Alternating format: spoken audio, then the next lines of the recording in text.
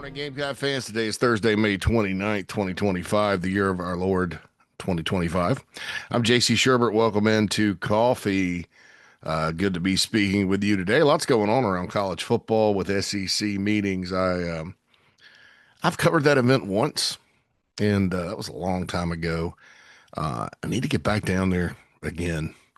I don't know. Usually with the BigSpur.com, we don't send anybody because it's right during baseball playoffs. Of course, there are no baseball playoffs this year, and all of that. So one of these days, gonna get back down there. It's a good event. There's a lot of this year in particular. There's a lot of news, and we'll talk that to death all day today. I'm not going to sit here and go through. Oh, what about the playoff and what about the 9-game schedule and all that good stuff. Not much South Carolina related coming out of it since the first day when Shane Beamer, the head football coach, said, "Hey, I think it's okay to go to 9 games." So we'll see. The one interesting thing was Greg Sankey, the commissioner of the SEC, yesterday said that they're probably going to have to decide 8 or 9 games before they get some finality on the playoff. So I don't know. It looks like the coaches in the SEC are in favor of a 5 conference champion and then the next 11 regardless of conference. So I don't know what's going to become of that. That seems to be what the Big 12 and ACC want as well. If you do that, I really do think that you have to have some sort of better process than the whatever people on the committee decide to do it. And I also think this. I think that what that's going to do without auto bids, if they go without multiple auto bids per league, you're going to see a lot of these games being canceled. What does that mean from a South Carolina standpoint? These games in the future probably means the Miami series would be off, the NC State series after that, the North Carolina series after that. Then there's a Virginia Tech series in the 2030s coming up that'll probably be canceled as well because, if you're going to have a committee at any point that's going to have pretty record syndrome, PRS, that's a new term. It doesn't do you any good to go play tougher out-of-conference opponents. I don't think some people want to end the Clemson series. I don't think that's ever going to happen, and nor should it, in my opinion. I respect everybody's opinion on the subject. I get it, but there's some things that are out of Carolina's control. But not spitting all over, 100 years worth of, or 100 plus years worth of a bitter in-state rivalry that in a game everybody looks forward to. I think they can control that. Now, what would it move off the last weekend of the year? I could see that happening just because it's just one of those things where it could be more costly if you have them on the schedule and you lose later in the year than at the beginning. In theory, Carolina still last year, although the early loss, game 3, hurt them, ultimately kept them out of the playoff, and Atlanta. That was more a function of league standings, I would guess, more so than an early non-conference loss. But it's one of those things where you'd still, even with Carolina's lost to LSU last year, the early losses would not have put them out of the playoff as long as they stayed above the 2-loss pretty record threshold. So, and under that format last year, Carolina would have been in the playoff. Andy Staples from On 3 did a mock bracket, and it would have had Carolina going to Georgia in Athens. That would have been a hell of a game, by the way. Georgia at that point, without Carson Beck, they were a little beat up. Carolina with Sellers and with the way they were playing. I don't know. The Gamecocks couldn't have gone in there and beat them. I don't know that Georgia wouldn't have won. And then the winner would have gotten a Tennessee SMU winner. And then eventually run into Ohio State. So maybe the Gamecocks make the semis in that scenario. But the Carolina would have been in under the auto bid format. If you just go straight top 4 or whatever, Carolina would not have been in. They would have been bumped out by extra ACC or extra Big 12 team. So we'll see how it all shakes out. I think that's kind of a little crazy with the nine that you're going to have to decide with the nine game before the playoffs announced, because that's the whole purpose of the thing. So maybe this swings it back towards they err on the side of caution and stick with eight. So we'll see kind of how that goes. But I don't know. It seems to me like they could get some kind of playoff. Since the Big Ten and SEC are, in cahoots, maybe they could figure it out. That said, the word out of the Big Ten is, well, we'll do this if the SEC goes to non-conference games. The Big Ten people get stuck on these things. They got stuck on oversigning back when I was working in national recruiting. I was like, this is the dumbest thing ever. And what they would do, they had an oversigning.com. Their claim was the SEC schools were signing all these players and then having tryouts and cutting them. They didn't account for junior college players. They didn't account for junior college placements. They didn't account they bashed the prep school thing, and that ended up getting changed because players were going to prep school for a year and coming back. To me, that all fed into the denial of opportunity, because these players, they couldn't get in to any of the Big Ten schools or SEC schools, and you place them, you monitor their academic progress, you sign them on signing day. They feel good. They're motivated. Houston Nutt took it to the extreme at Ole Miss. He signed like 42 guys one year, and half of them were, but there was no account for that when the Big Ten started griping. And now, it's play 9 games because we play 9. And I'm like, there's a big difference going to Evanston. As cool as their setup is now at Northwestern with the kind of temporary stadium, and as quite frankly badass as Northwestern's new stadium is going to be. It's going to be like a mini SoFi stadium looking place. Really nice. That's a little different than having to go to the Swamp.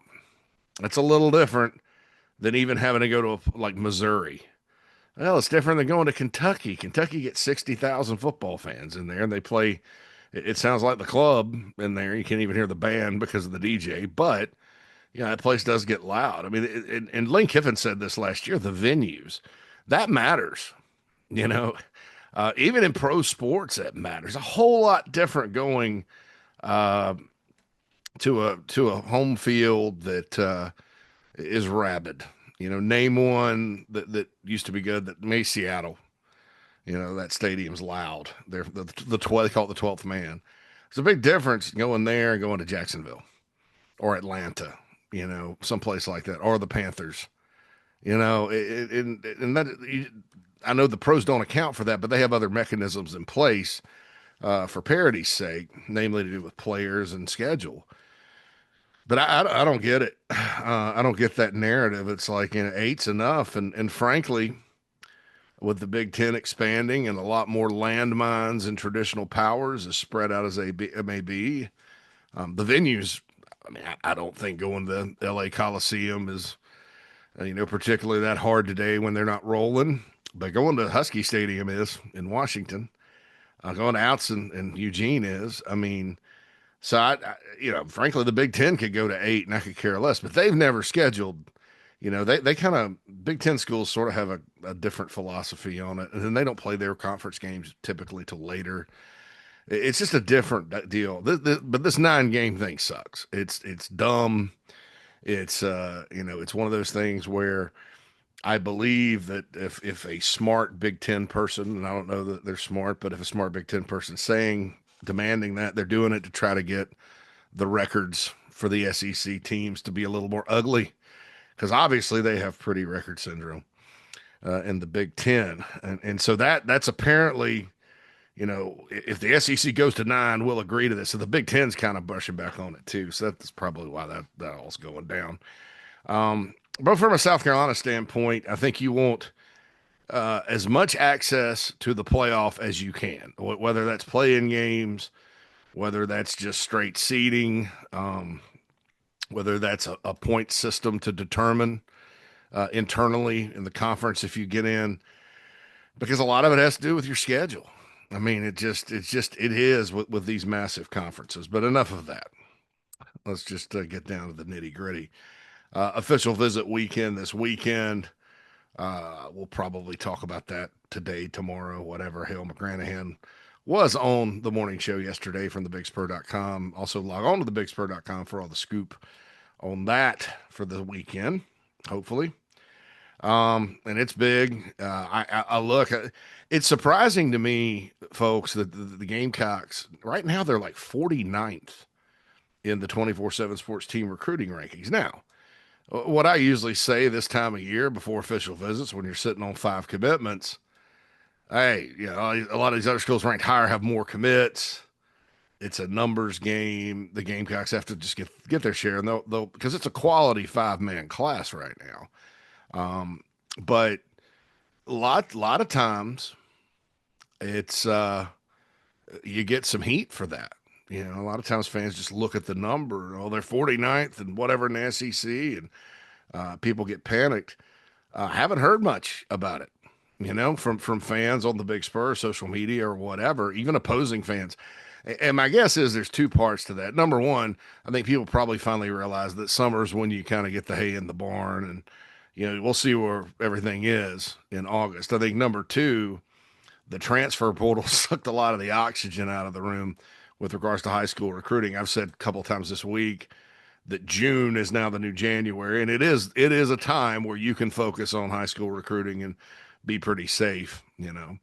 I'll say that, then there will be some portal guy in one of the sports pop up, but it's recruiting time in June, and we only have 2 days left in May here, and it's getting cranked up this weekend. But I haven't heard much about the Gamecocks not having a pretty recruiting ranking. So what would that be? PRRS, pretty recruiting ranking syndrome, something like that. But anyway, hadn't heard much about it, and that's interesting to me heading into all this. Like I said, I think there's two things at play, but the Gamecocks have some closings of the deal. Matt Anderson on the show yesterday was talking about how this weekend was like moving day at Augusta. You're in or you're out. And we'll see what the Gamecocks can do there. Gamecocks softball program just finished a really good season, so I'm going to say this briefly. Ashley Chastain-Woodard will be on the morning show with JB later today, so check out that interview. She'll recap a special first season in Columbia, so something positive there. Mike Morgan is back from the desert. Saw he went to an In-N-Out Burger the other day, and so he will be in to co-host today as well. With the show, we have Gamecock Smorgasbord with Alex Jones. Don't forget on the Chief Sports app as well, Tailgate Talks. This week's guest was Mike Huva, good guy.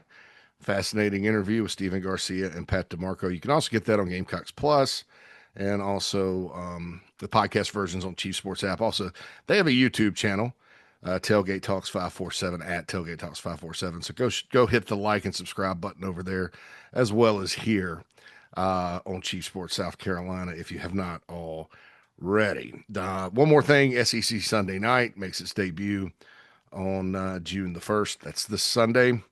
Rob Williams, Craig McMichael, part of the Chief Sports Network. College Football Forever. Chief is the YouTube channel.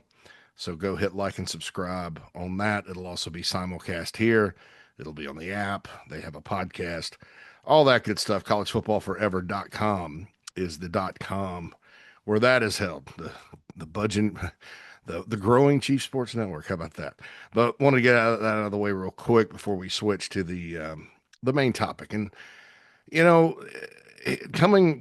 have an off season that the Gamecocks are pretty hyped, and I think that because of last season, we all have short memories when it comes to this stuff. I think a lot of times opinions in college football on how things can be successful are really based on a recent year's window.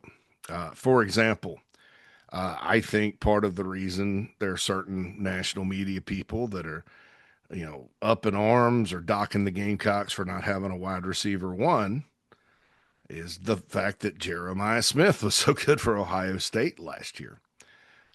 People forget sometimes about that. And so I think that happens. And so why was South Carolina good last year? Besides Lenore Sellers at quarterback doing big things as a redshirt freshman. Well, a lot of it had to do with depth and experience, especially on defense. You had guys in their fifth, sixth year on the defensive side of the football that had played a lot of ball, so they were deep. They were able to rotate a lot at edge and tackle. They had a nice three-person rotation at linebacker. They had a nice three-man rotation with Swain and O'Donnell Fortune and Judge Collier at corner. You had Nick Emanware on the back end with DQ Smith. You had a lot of players that you could move in and out, and the defense stayed fresh, and they played pretty good all year. Got a lot of turnovers and all that. And so you see that was one of the main reasons South Carolina, won 9 regular season games, finished 9-4. Was very, very close. We talked about being close yesterday. That's a big reason they're very, very close is because a lot of these guys, like the defensive tackles, played their best football last year. They were significantly better and mostly more consistent this past season than they had been. Kyle Kennard, same way when you compare his career at Georgia Tech as far as the consistency goes. Demetrius Knight had a really good year in 2023 at Charlotte. His first year playing linebacker. He goes to the SEC and plays well again. Thought Bam Martin Scott had his best season. O'Donnell Fortune, his best season. Emanware had his best season. Debo Williams had a really good year. So a lot of guys that were kind of older, were good, and there was depth behind them. So then there's a concern. I joke sometimes that it's a sign that the program has progressed at South Carolina when people are in panic over the fifth team or number 5 defensive tackle. Who's going to play that 5th defensive tackle role? And when people are worried about a wide receiver 1 or their, depth there and depth at running back, which depth at running back is if Faison, if something crazy happens, and I maintain this. I hear talk, chatter out there. I know everybody's getting nervous. It's going to be you want to hear me go off? Let them deny that guy because there's no planet, unless I'm missing something, unless I'm a low information analyst here, and I don't believe I am, then there's no planet where some of these guys, Diego Pavia included, should be eligible. And Rasul Faison, who's only played 3 years total of college football at all, should not be. I mean, that's just Oscar Attaway's eligible. It's his 7th year.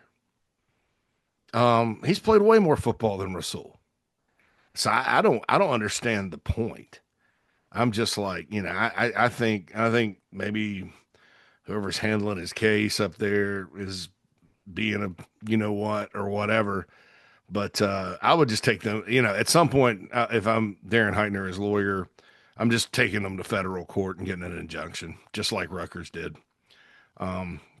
Just not messing around. I mean, there's always you always are taking a gamble when you do that because there were some North Carolina and Duke players that tried to sue for dumb reasons, and they got denied in North Carolina. But theirs was more like, we had some things happen that year. There was no documentation. They did play football. They're out of eligibility. Same thing with the Ziegler kid at Tennessee, the point guard. He's played. I mean, it's not like there's no extenuating circumstance.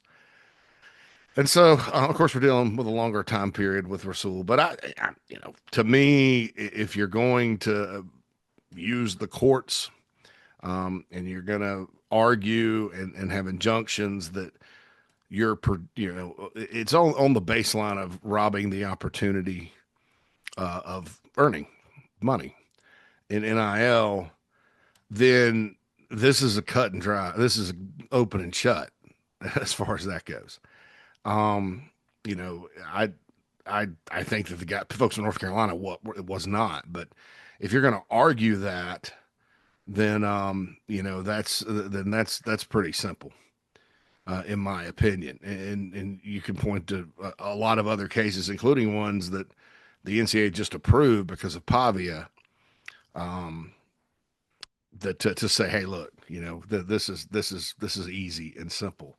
but you're always taking a risk. So I don't know. Hopefully they get it resolved. I think that would be good news for the Gamecocks. But let's just say they don't. There are other players, in the room, Attaway included, and Howell and Fuller. That I think the Gamecocks will be fine. If it doesn't happen. But I just don't see a way. It baffles me. But anyway, I didn't mean to get sidetracked there. But depth at running back, depth on the offensive line, that kind of thing. Depth at quarterback. I mean, depth at tight end. I mean, there's, and I think part of it too is not just the success in using deploying the depth last year, but also there's been a lot of injuries, through the last 10 years or so at Carolina that have seriously impacted the bottom line. I don't know that without injuries, I'm not sure Will Muschamp isn't still the coach here. Actually, without injuries, I don't know that he's not still the coach at Florida. Uh, he had some, rotten fortune when it comes to that. And Beamer has too. I mean, 2023 would have been at least a bowl team had the entire O-line not had big issues and they're forced to go with freshmen. And then they were down to one running back at the end. I mean, it was a mash unit. So I get that too, because your depth, and a lot of people say the SEC is a game of attrition, and the team that does not have a massive amount of injuries usually comes out on top. Of course, Georgia did last year, and they won the league, and they had issues with injury, but that's a testament to what? Their depth. So I get the depth conversation, but I want to point something out. Now, the game, I don't know that with the transfer portal and everything that teams aren't a little deeper than they once were, especially at this level and rating the group of five. Now, group of five teams, I think, FCS, they're probably not as deep as they once were, but so I don't know, relative to competition, but I'm going to take you back to 2011 and 2012. Okay, so in 2012, that's sometimes considered because of what the Gamecocks did to Georgia and a 5-0 start, and then the win at Clemson. The hit was that year. That's sometimes considered Spurrier's best team. I think there's those 3-11-2 teams. And then you had the one that won the SEC East that actually did win a division. But of those 3-11-2s, they all kind of stand out in different ways. I love the 2012 team. I thought they were really good. They were kind of got bit by scheduling. 2011 had some controversy. Steven Garcia gave way to Connor Shaw, got kicked off the team. They lost to Auburn at home in a 16-13. It was a debacle of a game, really, on both sides. I was at it. And then they couldn't beat Arkansas, so they lost out there to Petrino and his group. But beat Clemson pretty soundly. Had a win at Georgia that year, beat Florida. I mean, 2011 was a good year. And so then 2012 rolls around, right? In 2012, we talked about that. And then 2013, Carolina actually had a lot of big time wins. They beat top five teams on the road. They beat, Clemson was the Orange Bowl champ. I've mentioned UCF was really good that year, and they won down in Orlando. That was not a walk in the park schedule, but unfortunately they lost Tennessee, and that pretty much cost them. So as far as accomplishments go, you could say 2013, and 2013 finished ranked the highest in school history at fourth. That was largely a function of the rest of the country and things happening down the stretch. But, so there's arguments to be made for all three of those teams, but I'll buy into that 2012 was good. I'll also buy into the notion that, hey, had they not had this, because that was A&M and Missouri's first year in the league, had they not had this cattywampus schedule that the SEC threw together on them where you had to go Georgia and then at LSU and at Florida without an open date 3 straight weeks. If it hadn't been for that, maybe the outcome was a little different that year. Remember, Alabama won it all that season, but they got to that point to play Notre Dame in the Orange Bowl. It was during the there was the BCS. that was largely because Conley from Georgia fell down. Well, going in to upset the Tide in the SEC championship game, and I think the Carolina team matched up pretty well against that particular Alabama team. So you never know. But point is, I'll buy that 2012 was one of Spurrier's best teams, and I'll buy the argument that it was his best. But listen to check this out. Here's what happened between 2011 and 2012. This is interesting because I don't know that losing. I've said they've lost a historic amount of talent, and if they just keep on rolling, you know, it may be a little unprecedented. It's something this program has to accomplish, I believe, to move forward. But maybe they did accomplish it before. Maybe on a smaller scale, as far as total number of older players leaving. But out 2011, they lost Stephon Gilmore, their best corner. They lost Melvin Ingram, another first rounder. They lost Alshon Jeffrey, a second rounder. They lost Travian Robertson, a veteran at D tackle. They lost Rodney Paulk at middle linebacker. So there are guys on every level of that defense that were missing. Antonio Allen, after 2011, was gone. He was a drafted player. He was playing the spur. It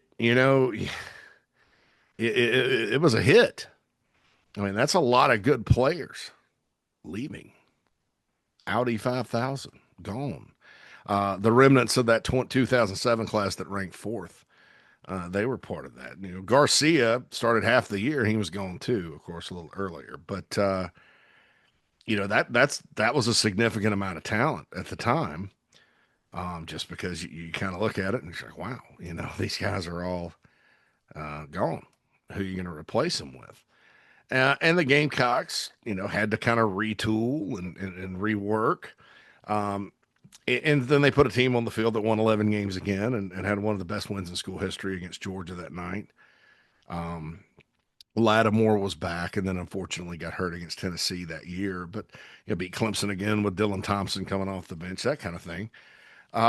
But you look at it, and I'll stick to the defense here because on offense, we know what happened. Lattimore was the starter, and then that room got really banged up that year. By the end of the year, it was basically Kenny Miles and a true freshman in Mike Davis. They didn't really like to play him a whole lot in that sense because I think Sean Carson got hurt, Brandon Wilds got hurt. It was kind of a mash unit for there about 2 years. Spurrier did not avoid injuries at running back. He avoided them largely at other spots, though. So, you look at here's what happened. Here was the two deep for the 2012 Gamecocks, by and large. And by the Clemson game, there were some more injuries that had piled up. But here's what you basically had. Devin Taylor was back. Obviously, he was a draft pick. Obviously, he was a 4-year starter. He started the previous year because Clowney didn't. Remember, Melvin Ingram started, but then Ingram would slide inside. So you lost Melvin Ingram, who was one of your best playmakers on defense. Antonio Allen was a big play guy. We know Stephon Gilmore was elite. That's 3 studs. Those are basically like 3 Dylan Stewarts. Those were all. Antonio was a later round pick, in fairness, but God, how many big plays did that guy have? But Melvin and Stephon were first rounders, so that's 2 first rounders they lost. Of course, they lost 3 second rounders this year. That's big too. But so they're gone. So they moved Devin Taylor over there, and then Clowney started on the other side. Now behind those guys, Aldrick Fordham, and then one of the Dixons at one end, and they would slide Aldrick inside some too.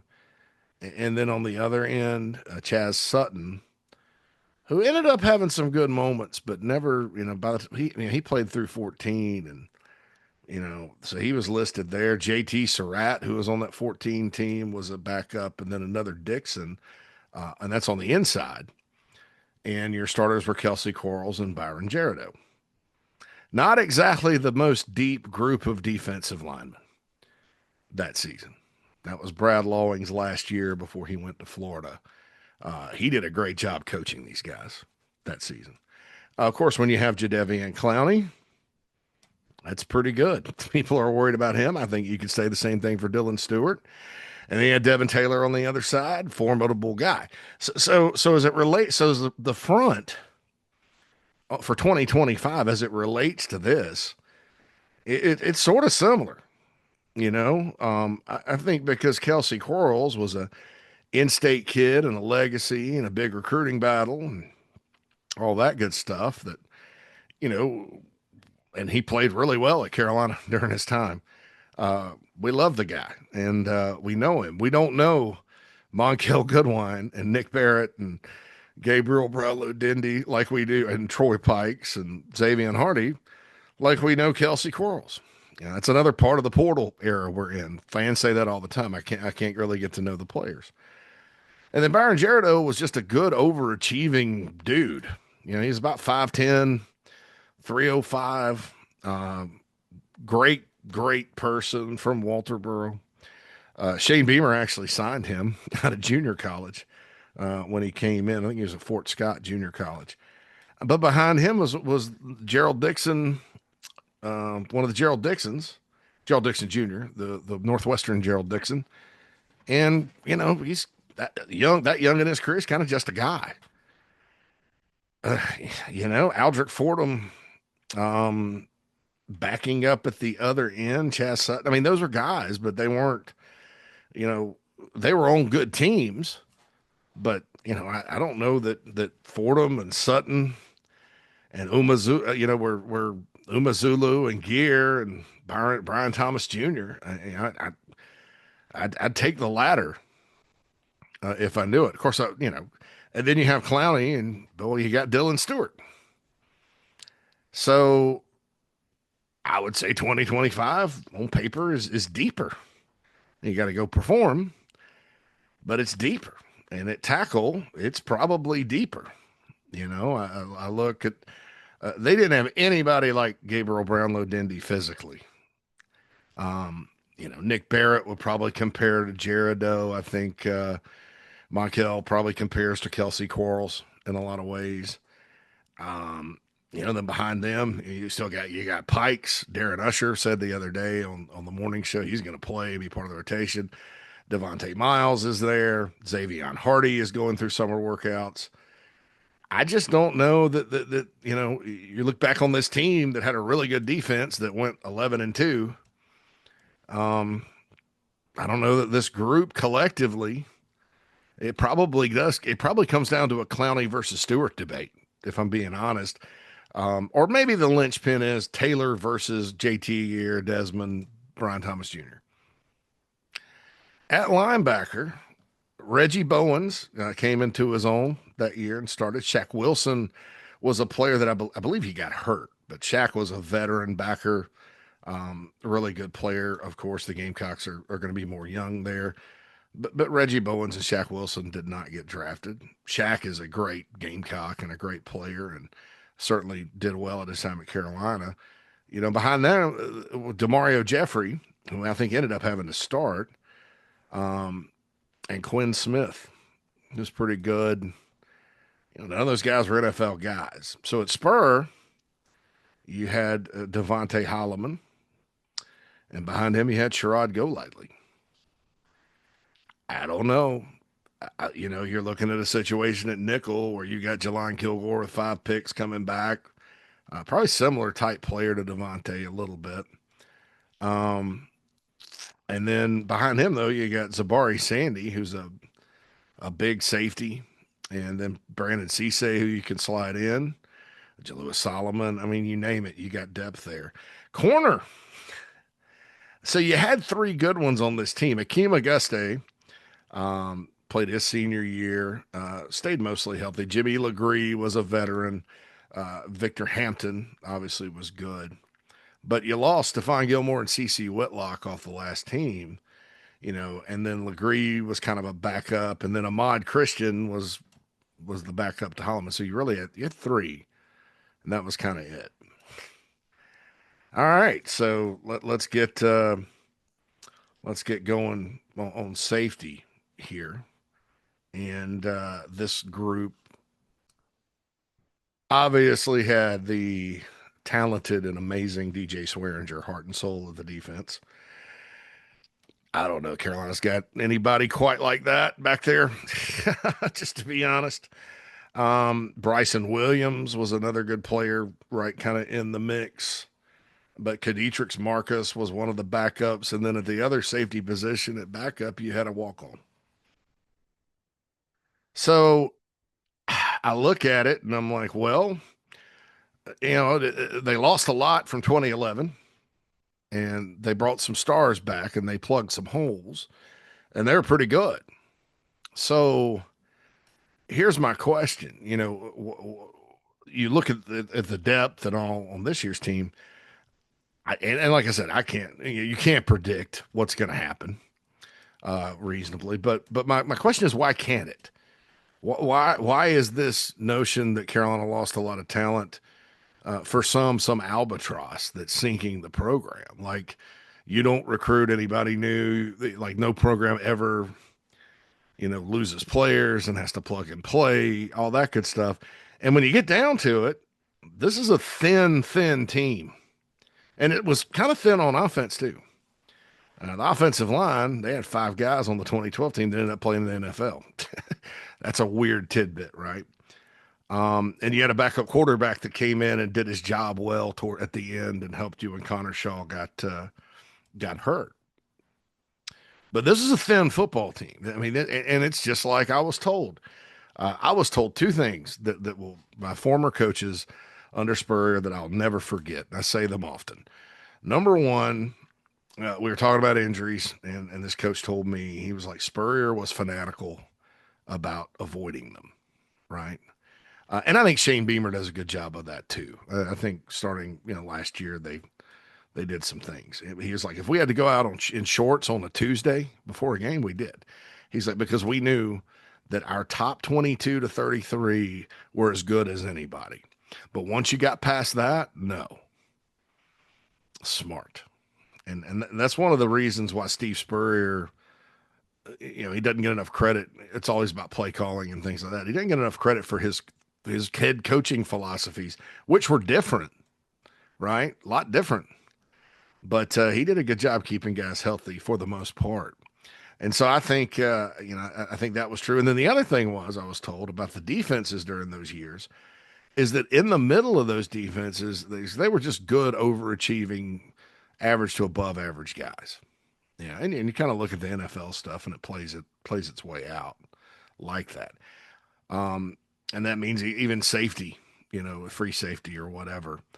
But on the perimeter, corner, end, edge, whatever, they were elite, as good as anybody. And the defense was run accordingly. Of course, 2011 to 2012, Ellis Johnson left for Southern Miss, and Whammy took over with Brad Lawing doing the front.